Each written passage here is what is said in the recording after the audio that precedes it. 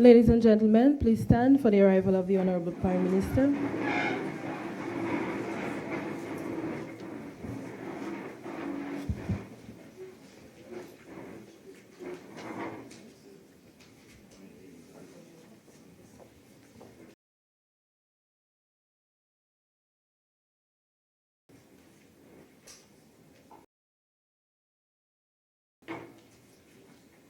Please remain standing for the national anthem.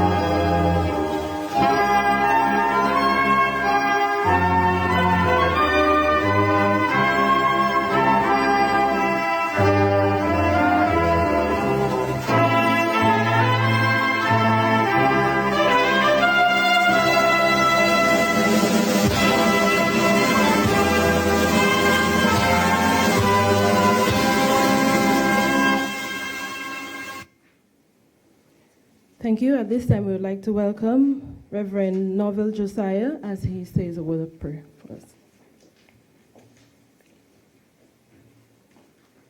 Let us bow our heads in prayer. Let us pray.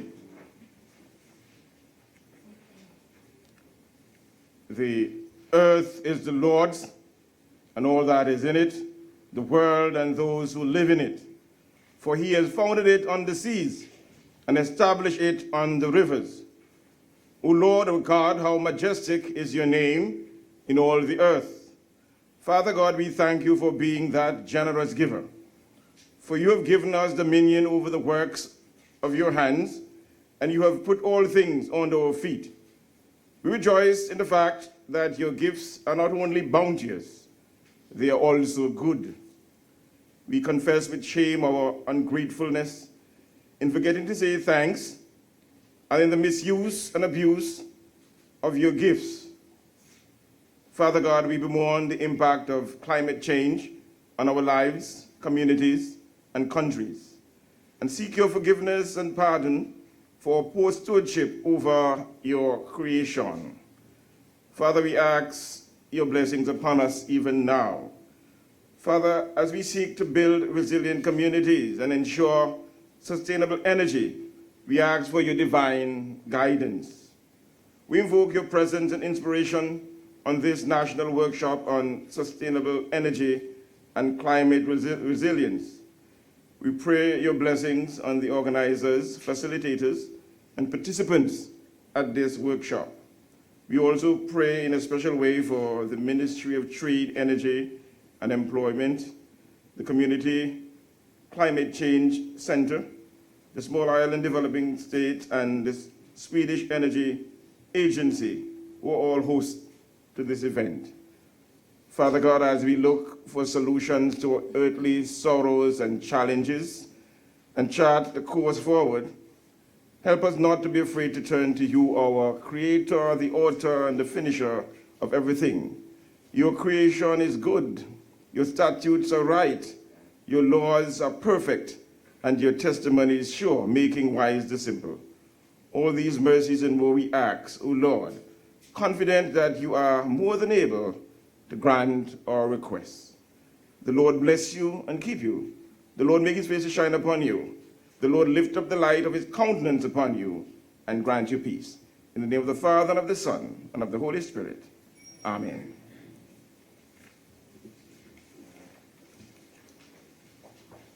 Thank you very much, Reverend Josiah. Please be seated.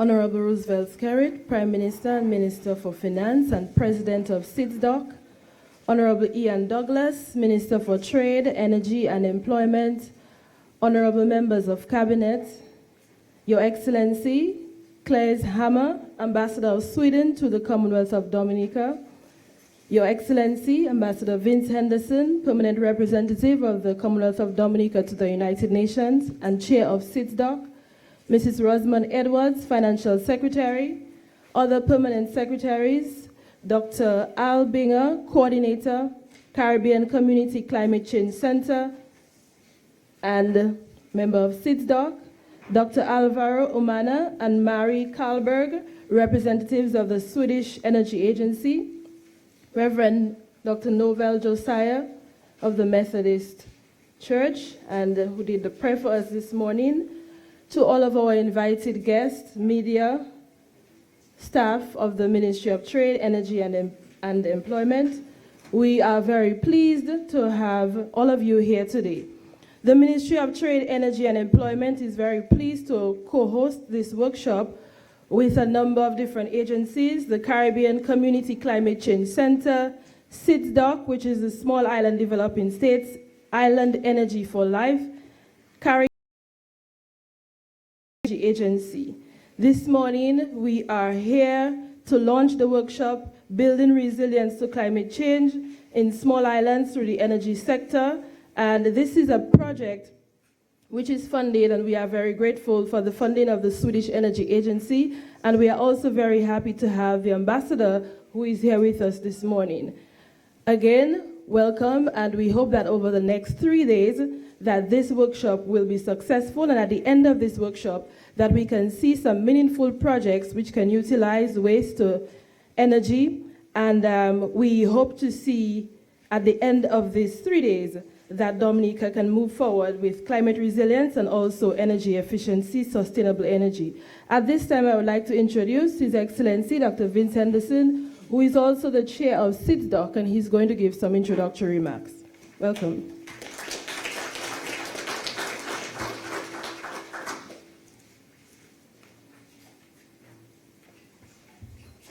Thank you very much, PS.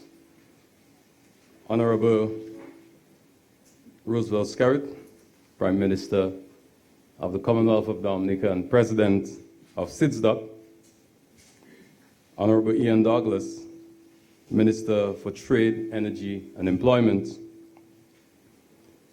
members of Cabinet, His Excellency Claude Hammer, the Swedish Ambassador to the Commonwealth of Dominica, Dr. Al Binger, he wears about 3 hats sitting here today.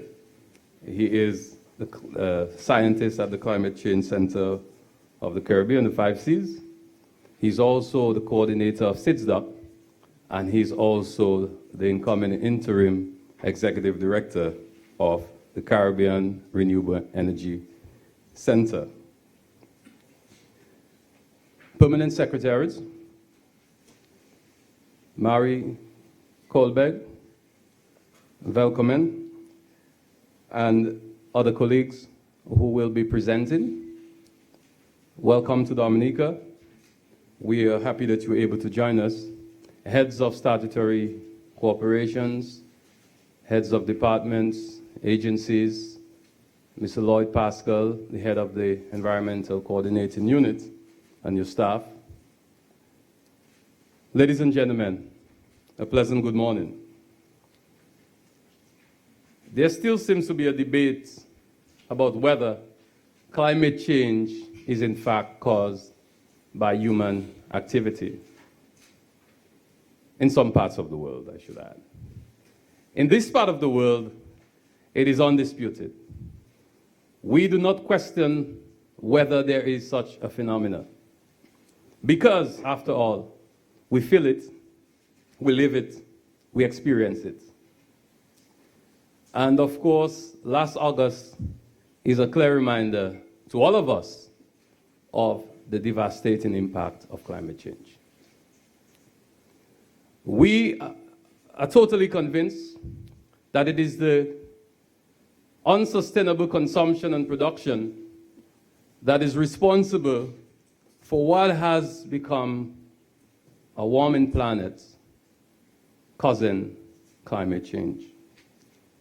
The recent reports of the Intergovernmental Panel on Climate Change reiterated that there is a clear causal link between human activity and the increase in mean global temperature. We know in Dominica, like in all of the small island developing states, our consumption and production contribute very little, a negligible amount to climate change, but we feel the brunt of it. Today, we are forced to deal with building resilience to the impact of climate change. We have to ensure that we can withstand the severe droughts that some of our islands have been facing, resulting to better water management, which is a good thing, but forcing some of them into considering desalination, as was recently done in St. Lucia. It has also resulted in more capital-intensive projects in building infrastructure that can withstand the impact of climate change. Recently, I heard a very interesting debate. Great news, on one hand, that we will be replacing a bridge that has been, of course, affected as well from the onslaught of the hydrometeorological event we had last August. But we have to accept, and I've heard a lot of discussion about it, but one of the things that we must all agree is that we must build smarter. We must build more climate-resilient infrastructure, so that building a bridge 50 years ago is not the same exercise as building a bridge today. That's if we want it to last, of course. That's if we are preparing for the onset of the impact of climate change. And therefore, it takes more in the design, but also in actual construction, and hence more costly than merely making a crossing. Now, if you want to make a crossing, it's fine. I had some fellows from St. Jamaica in Clagall some years ago. So if you want to let them come and just make a crossing, that is fine. You add some blocks, you get some steel, pour some concrete, you're okay. But we have to build now in a way that is smarter, more climate resilient. So for us as small island developing states, it is real, we live it. But it is also placing a tremendous pressure on our central government finances. And this is why we continue in the international community to make a strong case for more assistance in building climate resilience. And I have to take the opportunity to recognize the efforts of Dr. Daru, the Minister for the Environment, having championed the cause of Dominica in the international community in the climate change debates, but also for the approval of the World Bank funded project for building climate change resilience. We continue to make these efforts and to make this plea to our partners, and today I'm very happy that our friends from Sweden are here with us, because you understand that, but you also have the expertise that we require. We're not only asking you for financial assistance, but for the benefit of your technology, your expertise. And this is why I think this partnership today with SIDSDOC, the 5 Cs, and the Swedish Energy Agency will be just the beginning of a broader relationship where we can see further cooperation in building climate change resilience. Today, and for the next 3 days, we will be focusing on how we can deploy sustainable energy technologies that will help us as a sword, but also as a shield against climate change. So on the one hand, it will help us to reduce our reliance on imported fossil fuel, leaving more resources for us to invest in building climate change resilience. But on the other hand, it will also give us smart technology that could help us to deal with consumption and production in a way that is more sustainable, so that we can reduce the impact on the environment. We have been pursuing development of geothermal energy for several years. We are closer today than we were 15 years ago. But there is still some work to be done. And Ambassador, I hope you will convey to your colleagues, to your government, that we need the type of partnerships to make these initiatives worthwhile. It is a capital-intensive undertaking, and will only make sense if concessionary financing can be provided and grants to ensure that at the end of the day, the consumers will have the benefit. Right partnerships are what we need to make it work. We have also developed policies to encourage the use of renewable energy technologies and to encourage energy efficiency. The government itself has demonstrated leadership by the installation of LED or energy-saving lamps, as well as the use of solar PV systems in a few areas. Those efforts will continue to intensify. But Dominica has also made an even greater contribution, not only locally, not only regionally, but internationally, by serving as the head of the SIDSDOC, which is the Sustainable Energy Initiative created by Small Island Developing States. I have had the pleasure to serve as the chairman of the steering committee for 4 years, and last year came in as, at the Paris conference, came in as the chairman of the institute of the organization that has now been established as the first Small Island Developing States international organization registered with the United Nations. Prime Minister Skerritt was also elected as the president of that organization.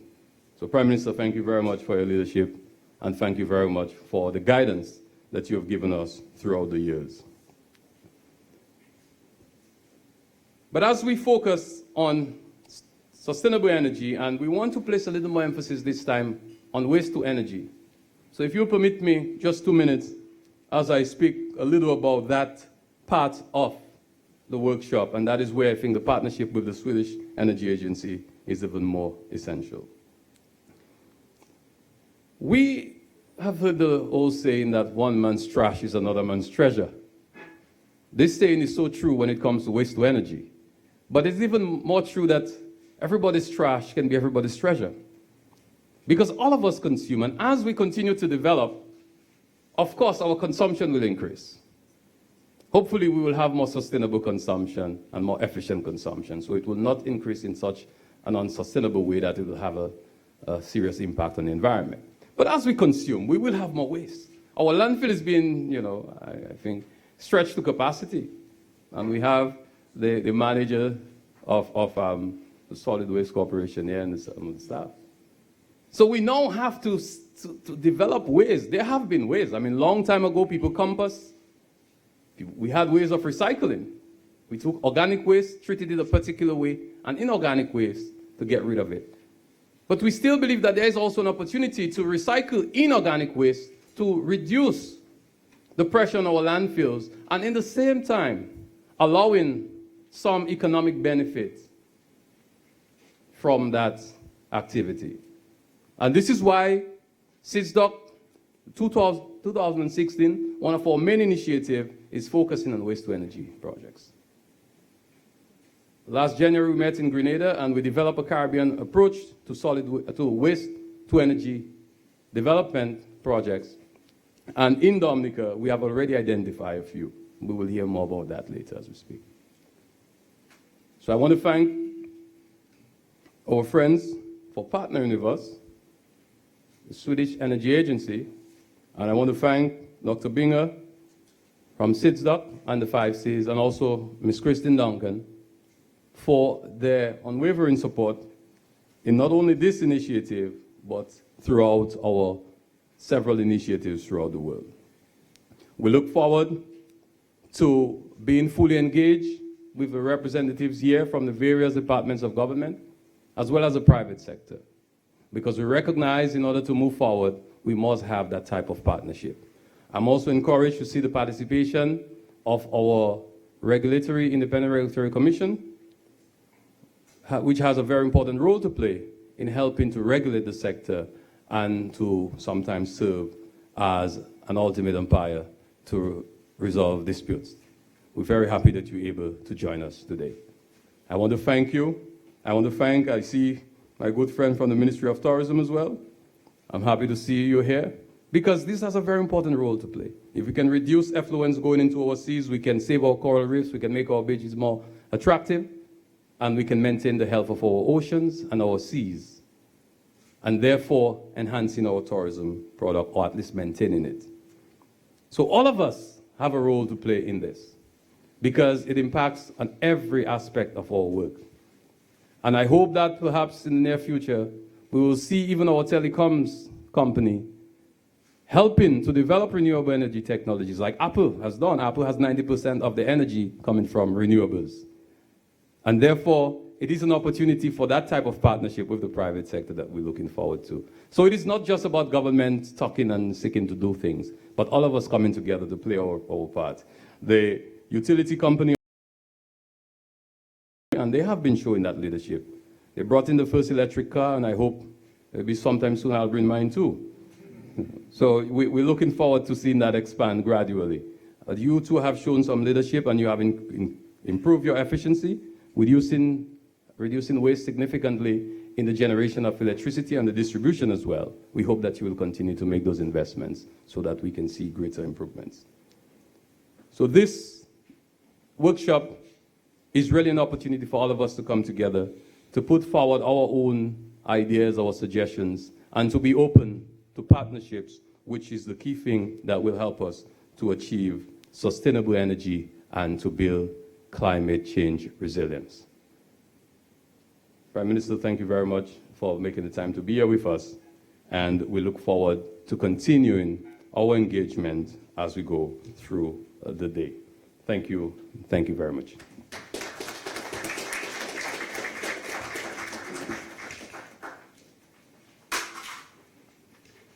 Thank you very much, Ambassador. And Ambassador has clearly outlined our objectives for being here today.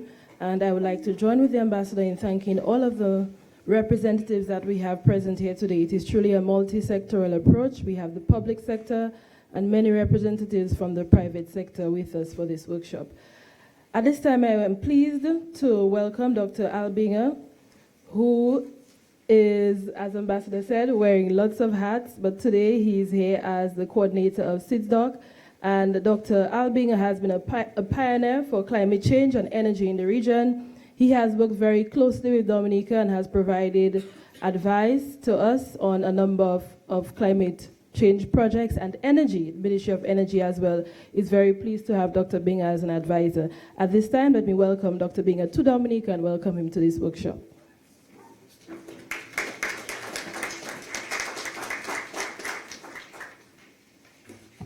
Thank you very much, Madam PS.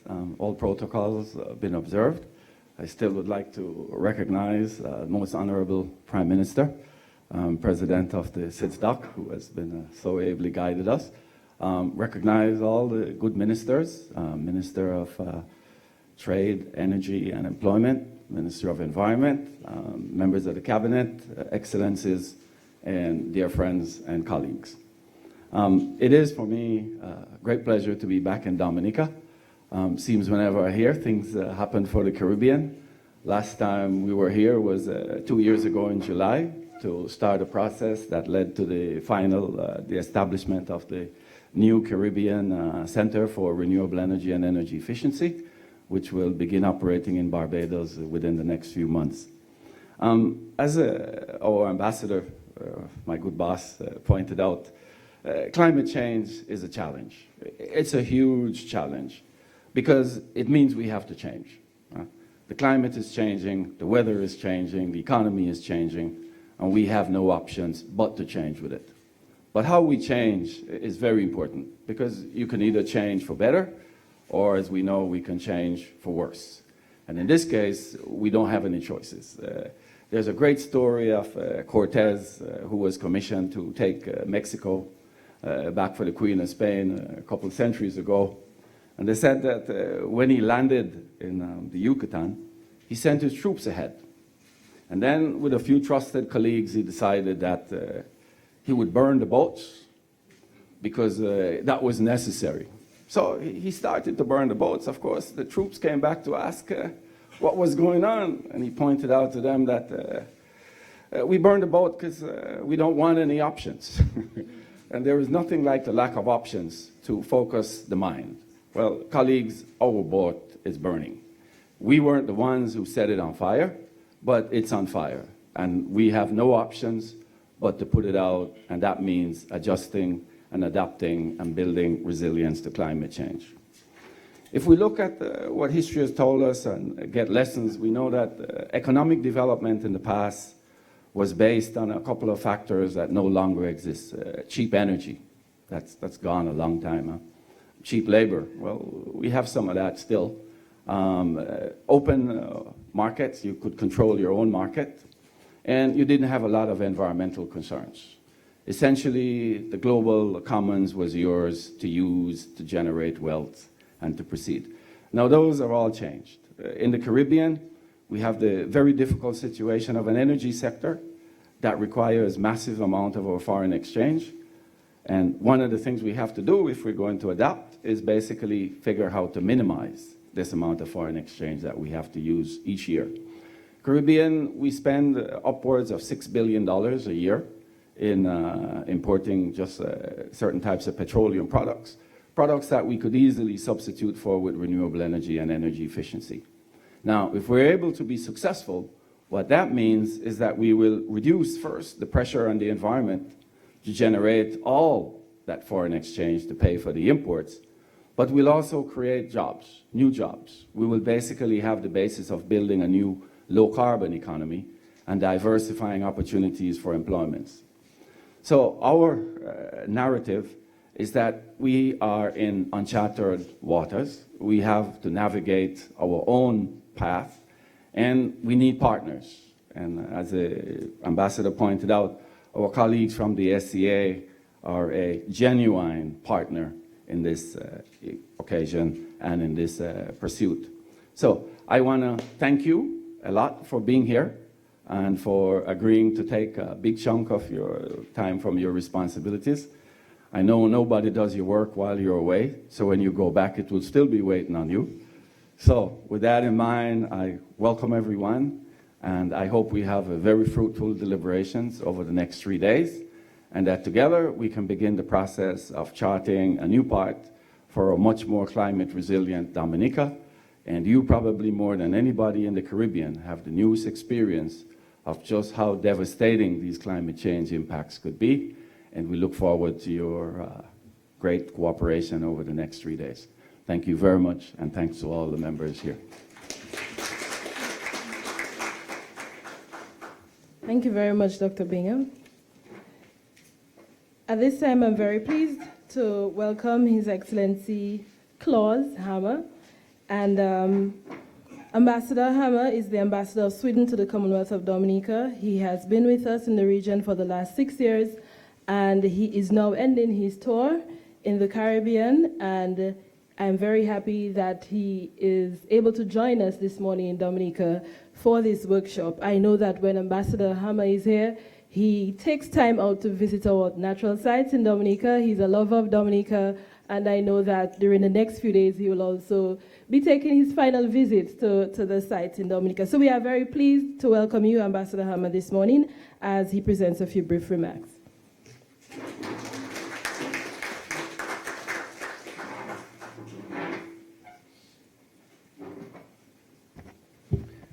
Good morning, bonjour, god morgon.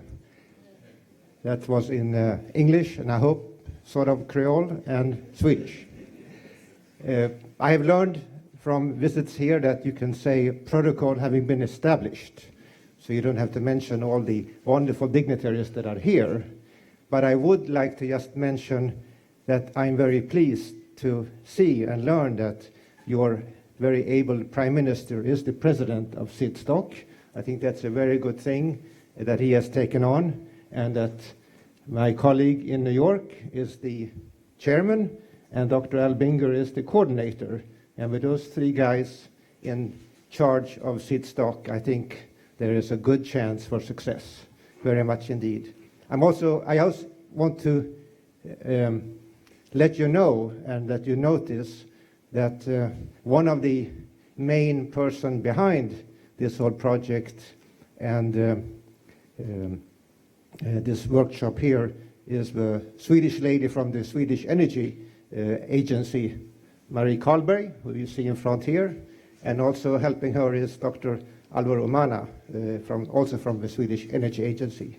The last one I would like to point out, that is, if you need to have any further cooperation with the Swedish government. Since I'm leaving, I will have a successor. But there's always someone here from the Swedish government, and that is our honorary consul, Mr. Damien Whitchurch. Would you please stand up so everybody knows where to turn if you need assistance from the Swedish government? Thank you. He is the Swedish honorary consul here. Great. I just have 3 brief points now. And just to say again that it is a great joy to be here and to be at this very important workshop. I know you had some before in Grenada and St. Vincent. I wanted to be there, but I couldn't. But I made sure that I could come to this one here in Dominica. Dominica holds a very special place in my heart because it was the first country I came to in the Caribbean and was accredited to. So it's very, very special to me. But I'm happy that, as you have realized, this is being done by SIDSTOC and in cooperation with the Swedish Energy Agency and to a great extent financed by the Swedish Energy Agency. And for me, as ambassador, it's wonderful to see that we have this new and very important cooperation between our 2 countries, indeed. My second point, the title here is Building Resilience to Climate Change in Islands Through the Energy Sector. Indeed, a very, very important mission that you have. And as I think Ambassador Henderson hinted at, there are people, at least there were people, who didn't quite believe in climate change. I was at our embassy in Washington 10 years ago, and I was rather shocked to find out that otherwise sensible and logical people didn't really believe in climate change. I couldn't believe that they couldn't believe. But that's how it was. I think it's changed a lot. And after the not so successful meeting in Copenhagen, there was a very successful meeting in Paris, as you know, last December.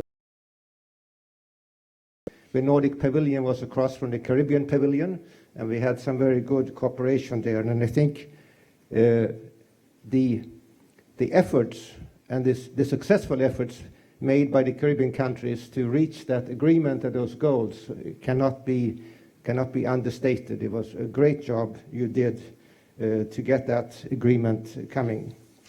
But now we need implementation, and there's lots to do.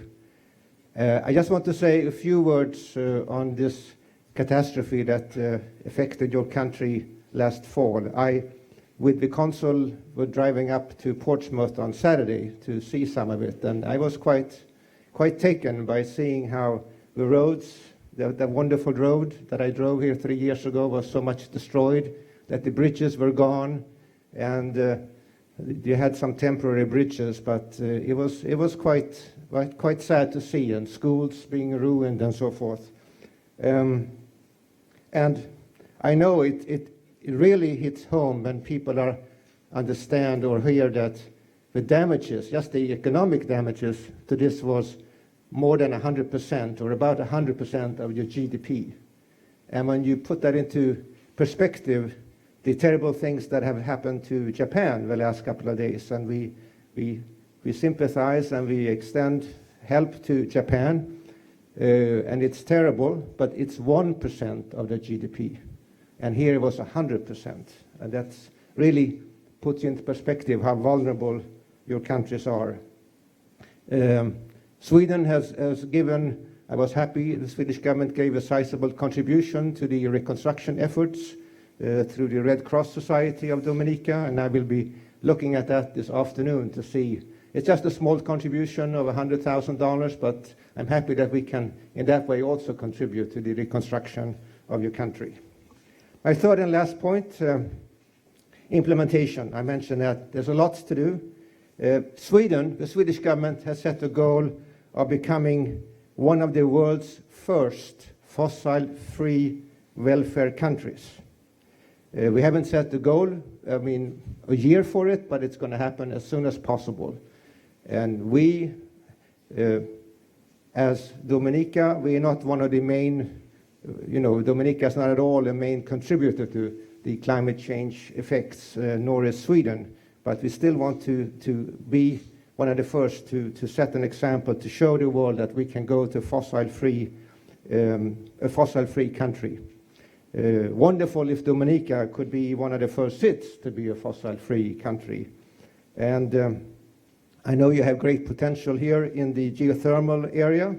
Lots of preparatory work that needs to be done. I hope it can be pursued. Maybe the Green Climate Fund can support you. Sweden, I like to say again, without wanting to brag too much, but Sweden is the largest contributor per capita to the Green Climate Fund. Now you might think it's not so much money because we're not so many people, we're only 10 million people, but in absolute terms it is actually 580 million US dollars. So it's not nothing. Thank you, thank you. And I think on a personal level, and I think the member of the board, which is a Swede, one of the members of the board, great if some of that money could go to Dominica, because you need it, and we would support that. So I think, and we have been working for SIDS getting better access to the climate funds. So I hope you will try and get the money you need to pursue this very worthwhile geothermal project. I just want to conclude by reiterating that there are lots of work to be done. It's great that you here over the coming days will be doing this and really looking at what can be done. Some of these projects that were mentioned where you can work, and I hope you can find a good project, for instance, which was mentioned, waste, using solid waste to energy. We are trying that very much in Sweden successfully, to convert, instead of having landfills, we don't have landfills anymore, we use all our solid waste, create energy, and it's been so successful we now have to import waste. We buy waste from Norway to use for energy. How about that? So maybe you can start buying from the other islands if you're successful. It's really worthwhile, so I hope that works out. You will learn a lot about the process-based methodology over these couple of days, I read, which is aimed at developing sustainable energy in island states and building resilience to climate change. But you won't learn that from me, but from the Swedish experts.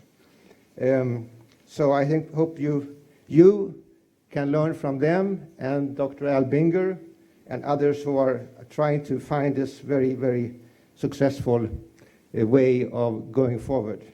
And then I look forward to hearing from the government of Dominica, the Minister of Energy and the Prime Minister, what your plans are in this area. And I hope, maybe, as a little challenge, lovely if you can join Sweden to be a fossil-free country as soon as possible.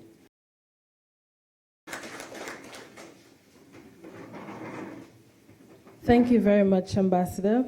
And on behalf of the government of Dominica, we would like to thank you and your government for your support, post-Erica, of course through yourself and your honorary consul, and the contribution which was made to the Red Cross. We are hoping that, as you said, that we can have better access to climate change financing, climate funds, and I just want to say that climate change is now becoming, as I said earlier, a multi-sectoral matter. The Ministry of Energy is hosting this workshop, but we would like to recognize, of course, the efforts of the Ministry of Health and Environment, which is a line ministry with responsibility for climate change. However, at this workshop, we are looking at climate change, resilience, and we are looking at it in the context of energy. So I'm very pleased to welcome our employment, Honorable Ian Douglas, as he presents a few brief remarks. Welcome.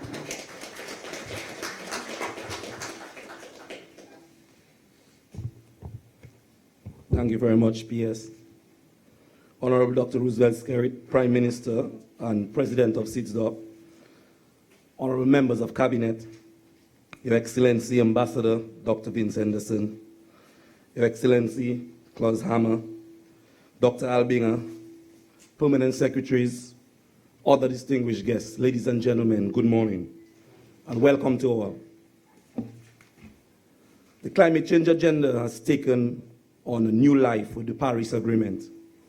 And as nations gear up to sign this agreement in New York later this month, we in small island Caribbean states are becoming more proactive in adapting to and mitigating the impacts of climate change. There is no doubt that something is amiss with our global and local environment.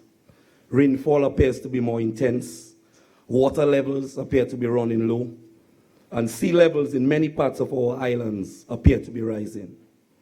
We as a people, therefore, need to take action. We need to become more resilient to climate change impacts.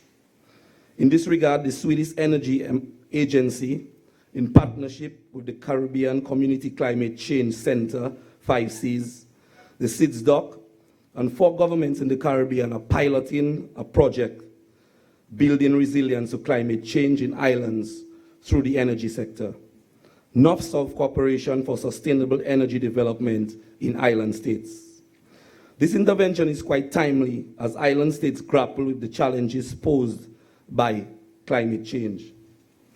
As the project title suggests, building resilience within island states is the main outcome of the project. In this regard, resilience building is briefly described as the ability of a small island to become less vulnerable and more capable to respond and recover from the disruptions and destructions associated with increasing greenhouse gas concentrations. Such events associated with climate variability and change include, as I mentioned earlier, sea level rise, increasing ocean acidity, more severe hurricanes, to name a few. Resilience building, therefore, is extremely important to our survival here on the nature island, the Commonwealth of Dominica. We must therefore adopt our policies and daily lives to effectively deal with these impending climate change impacts. This does not mean that we should lessen on our quality of our lives, but adaptation in many ways can improve our lives once it is done properly. So to mark another step towards building the resilience of Dominica while we improve our lives, this project focuses our attention on the very key sector for social and economic growth and the development of our country, the energy sector, which we have built mostly on fossil fuel, which sets the foundation upon which our development has been built. However, we have done so with some measure of impact on the global environmental commons.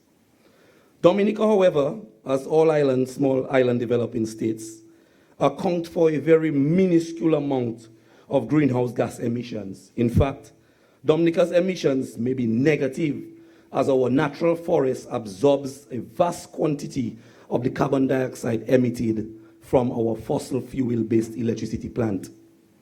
And we have vast amounts of sequestration in our marine ecosystem. However, this does not mean that we should rest on our laurels and do nothing. There are other areas where we can improve on our negative emissions, and as I mentioned previously, improve our lives at the same time. One area of concern to us as a people is the generation of waste and its disposal. Waste generation and disposal also contribute to greenhouse gas emissions.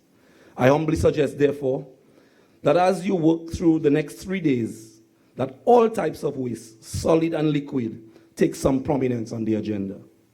This is just one example, I think, that we in Dominica can improve. So as you deliberate on the issues and vulnerabilities of our small island, I sincerely hope that you generate strong ideas that will produce strong projects. In this regard, I hope that Dominica will be able to provide a pipeline of projects that, when implemented, will ensure that we build our resilience to climate-related events. In summing up, I would like to place on record my heartfelt thanks to the government and people of Sweden for the technical and financial support provided for this project.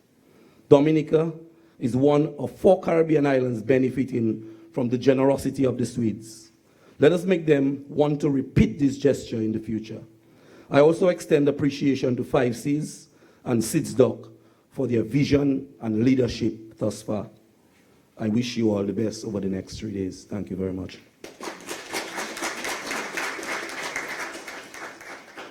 Thank you very much, Minister, and thank you for your leadership in the area of renewable energy. At this time, I would like to recognize Ms. Christine Duncan, who is the Information and Public Education Coordinator of the SIDSDOC.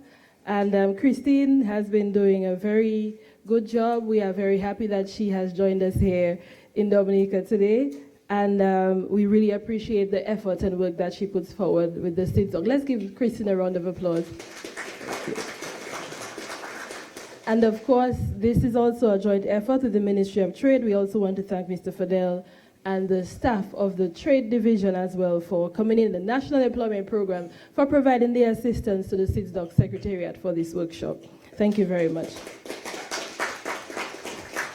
At this time, I am very pleased to welcome the Honorable Prime Minister to deliver the feature address. And as was said earlier, the Prime Minister is not just the Minister of Finance, but he is the President of SIDSDOC. Welcome, Honorable Prime Minister.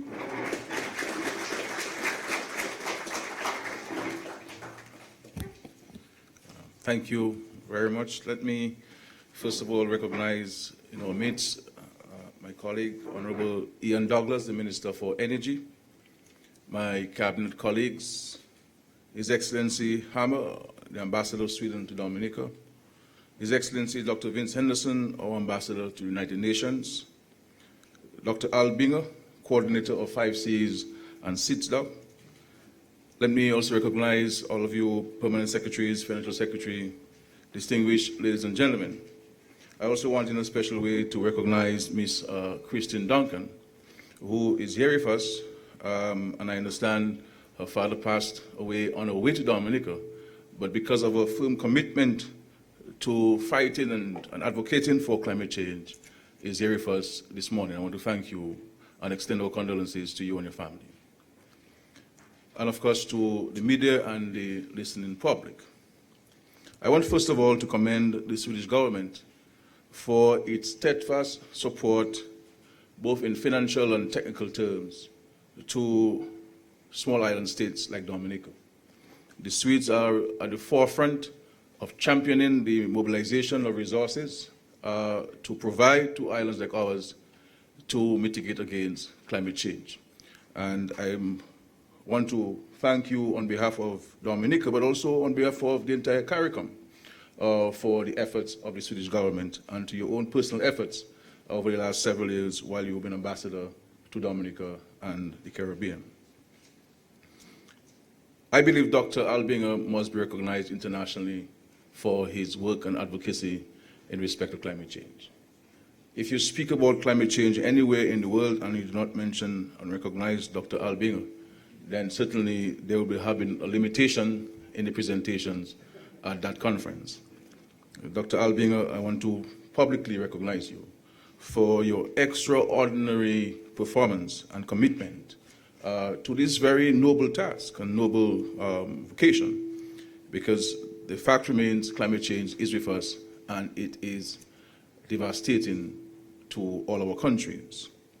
I also want to recognize publicly Ambassador Dr. Vince Henderson for his exceptional leadership and advocacy through the organs of the United Nations.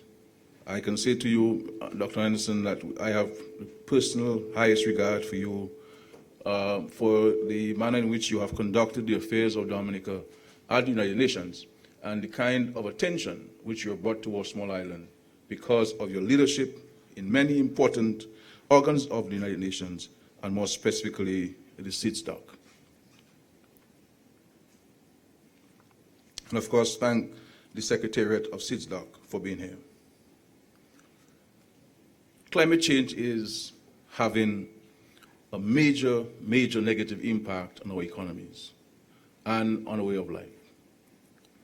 And if we as leaders and citizens of the world do not recognize the impact this is having on us, then our world is in serious difficulties.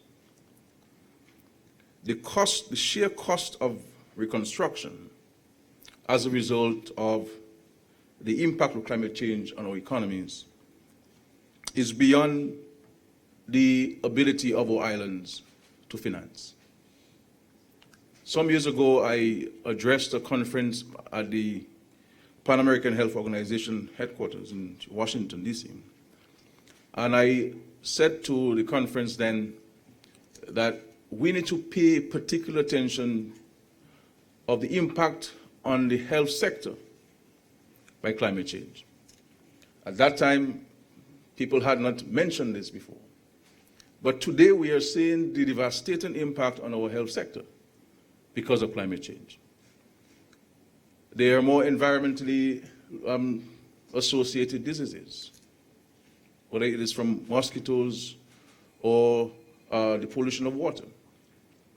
And if we are to address it, then the financial commitments which have been pledged by our developed friends, we must create a better mechanism for those funds to be more easily accessible to our islands.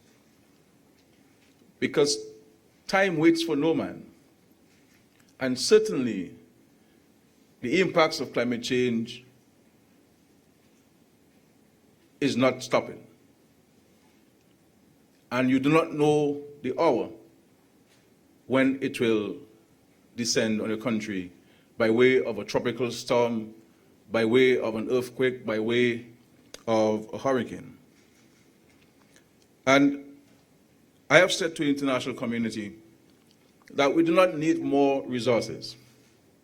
I think what has been pledged already is sufficient to address many challenges which we're confronting. But what we need to address is the mechanism. The procedures need to be short-circuited in order for us to have immediate access to the resources. Because sometimes it is almost, to access the resources, it is almost as trying to make ice cream in an oven. And you submit a project in 2016, then if the project is implemented in 2020, 2021, you're very lucky. And we have events upon events adding to the already devastating situation. And we find ourselves as small island states having to finance the bulk of our efforts to mitigate against climate change, recognizing that we are the least contributors to the phenomenon. But the brunt of the destruction, the brunt of the devastation rests with us. And while we are not engaging ourselves in the blame game, because this is an international situation, and it requires the attention and the commitment of all of us internationally, we are saying that we need to have access and quick access to the resources. Because most of our economies in the small islands are already high indebted countries. And if we are to finance our reconstruction, and obviously our economies are too small to generate the kind of resources to finance mitigation and to finance resilience and to finance reconstruction.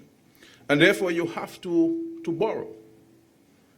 And with borrowing, it impacts on your debt to GDP. And it impacts on a number of other areas that you like to invest in. So in Dominica's case, if we're to look at Tropical Storm Erica and its impact on the economy, those of us who have built homes can understand what it costs to build one home. Imagine you have to build more than 400 homes for individuals. And on top of these homes, infrastructure, roads, water, telecommunication services, electricity, schools, community centers, resource centers, commercial spaces for those in the commercial area. It is a huge cost to us, the reconstruction of our infrastructure. Monies that we should be using to invest more in healthcare, advance our infrastructure to allow us to encourage private sector investments, those funds have to be diverted. In respect to energy and the conference here this morning, we should never have a situation where our countries, big or small, whether you reside in the north or you reside in the south, should have to make a determination on whether we advance our renewable energy initiatives or divert the resources to other areas. Our march to renewable energy and the sustainable use of our natural resources are too critical to our survival for us to be forced to make a determination on whether we invest in geothermal or we reconstruct our roads. I believe that we should have sufficient access to the resources to allow us to be able to do both simultaneously. Because for us to see more investments in our islands, and I'm not only speaking here of Dominica, I'm speaking of the entire CARICOM region, for us to see more jobs and addressing the unemployment situation among our young people, for us to be able to compete with other jurisdictions, we have to address the high cost of energy in our islands. We have to address the foreign exchange that has to leave our countries to pay for the fossil fuel which comes to our country. It's a huge cost. It's a huge amount of monies that we have to export or repatriate to other countries. Monies that we could have remain in our system and use to build and grow our economy. And for us to achieve the 7 and 8 and 10% of growth which we all yearn for, we have to address the issue of the cost of energy. And I believe we have a very golden opportunity with the very strong North-South relationship which currently exists, and the fact that notwithstanding all of the naysayers, we as a global community were able to conclude an agreement in Paris last year. And hopefully this week it will be signed in New York as another step of the commitment of the international community, and more particularly the developed countries. Because sometimes we criticize them, but I think we have to commend the developed countries, the European Union, the government of the United States of America, the government of the People's Republic of China, the government of India, these larger economies, for recognizing their greater global responsibility and setting aside all ideological differences, philosophical differences, and political differences, and really having an agreement reached in Paris last December.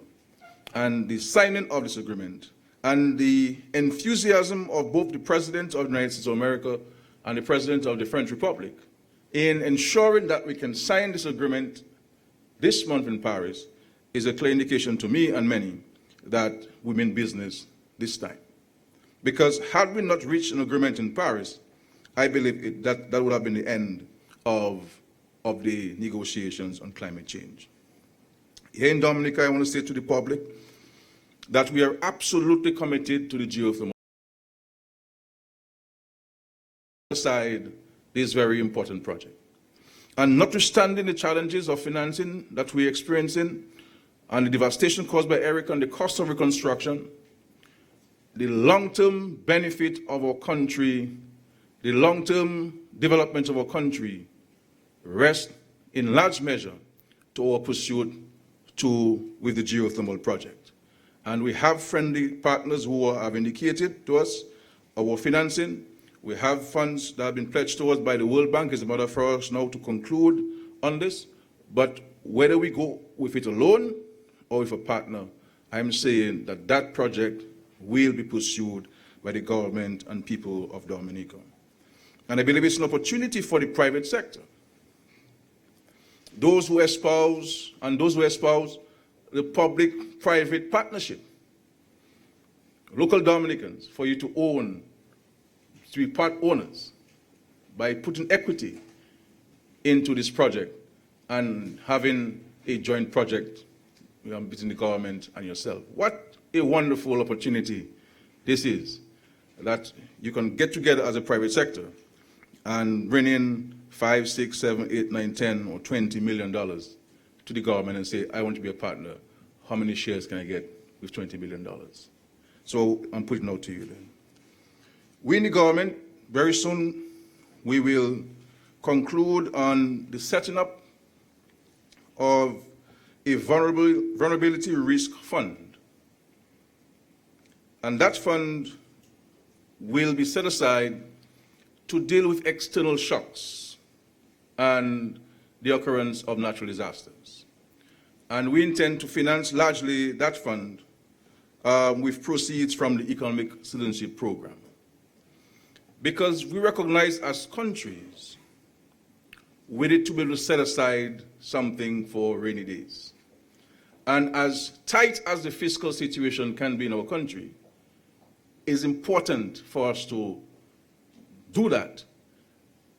So when there is an external shock, and you may have balance of payments issues, when there's a natural disaster, you have something set aside to be able to draw down from and provide for your people and for your country. And this speaks again to the extraordinary prudence and responsibility of this government. That in the face of a serious mountain of challenge caused largely by Erica and the $1.2 billion which we have to raise to rebuild this country, that we can speak about fiscal prudence, that we can speak about fiscal responsibility, and that we can speak about the proper management of resources.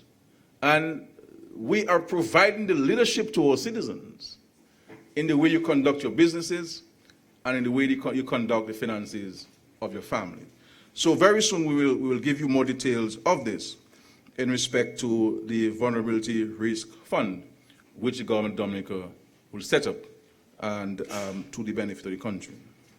But we would like also to thank the 5Cs and SIDSDOC for agreeing to consider some projects in Dominica. One is with regards to the abattoir and the waste to energy at the abattoir.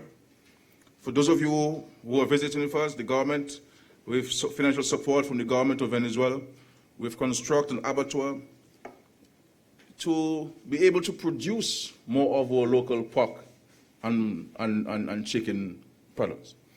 Because the import bill on chicken in particular is huge. And if we're able to be self-sufficient in with these two meats, then one can appreciate the number of jobs we can create in Dominica. One can appreciate the reduction on the foreign exchange, which we have to repatriate from time to time. But that project can only be successful if we as Dominicans demand from the retailers, from the supermarkets, that I want to buy meat made in Dominica. And when we go, we ask for meat made in Dominica. So we are taking this abattoir, we're hoping to take this abattoir to another level of having a waste to energy project at the abattoir. So there's even more reasons for us to support the success of the abattoir. The second project has to do with the landfill, and we have a challenge, as Ambassador Henderson indicated. The more we become developed, is the more we consume, you understand? And the landfill, its capacity has been used up. And how do we address this? And one of the ways we'll be addressing this is having a waste to energy project at the landfill, hoping to be financed from the proceeds from our good friends from Sweden through the 5Cs and SIDSDOC. And the final project has to do with a pig farm located in Lapland.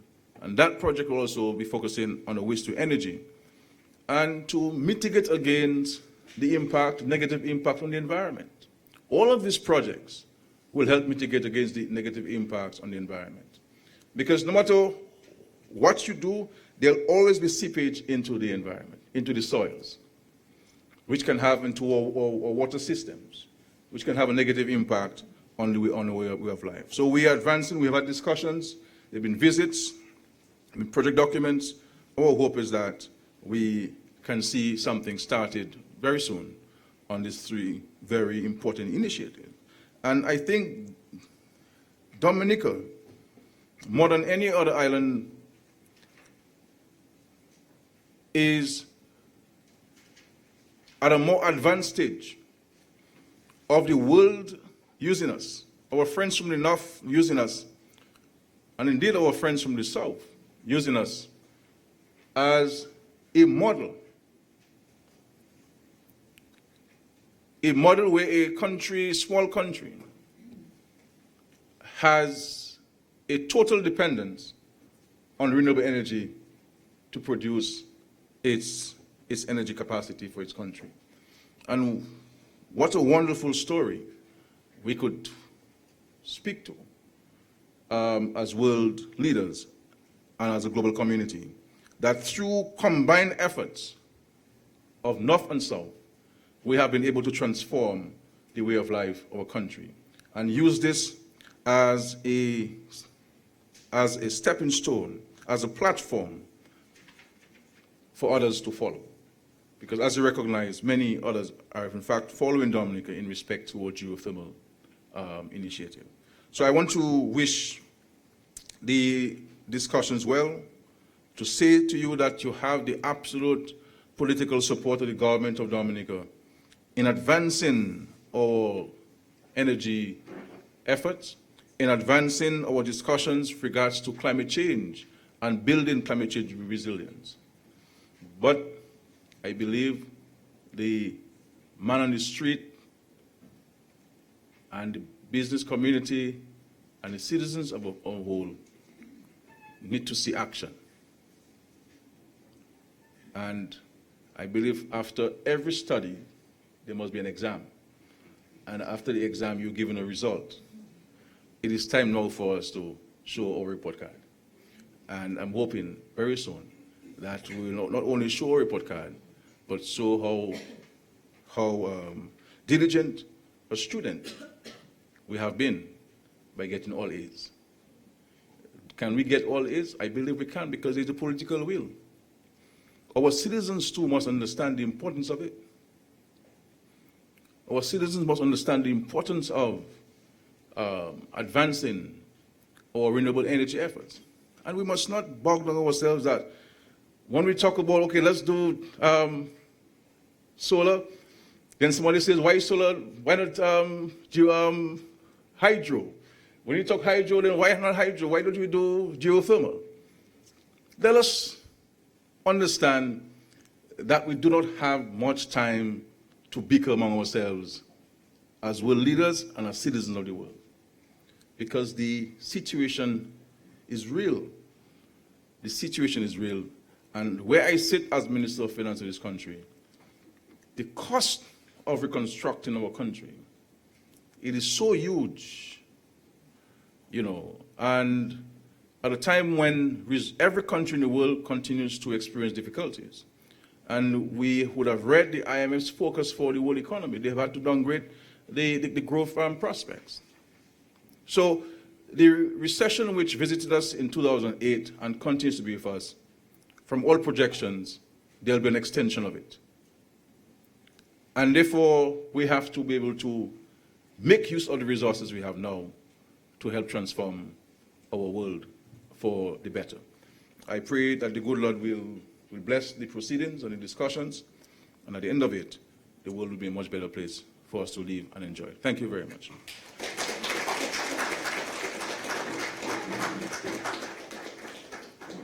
Thank you very much, the Honorable Prime Minister, and we are very pleased that the Prime Minister has indicated that there is political will for the development of all of these projects in the Commonwealth of Dominica. As I said earlier, this workshop, the next 3 days, will be a collaborative approach.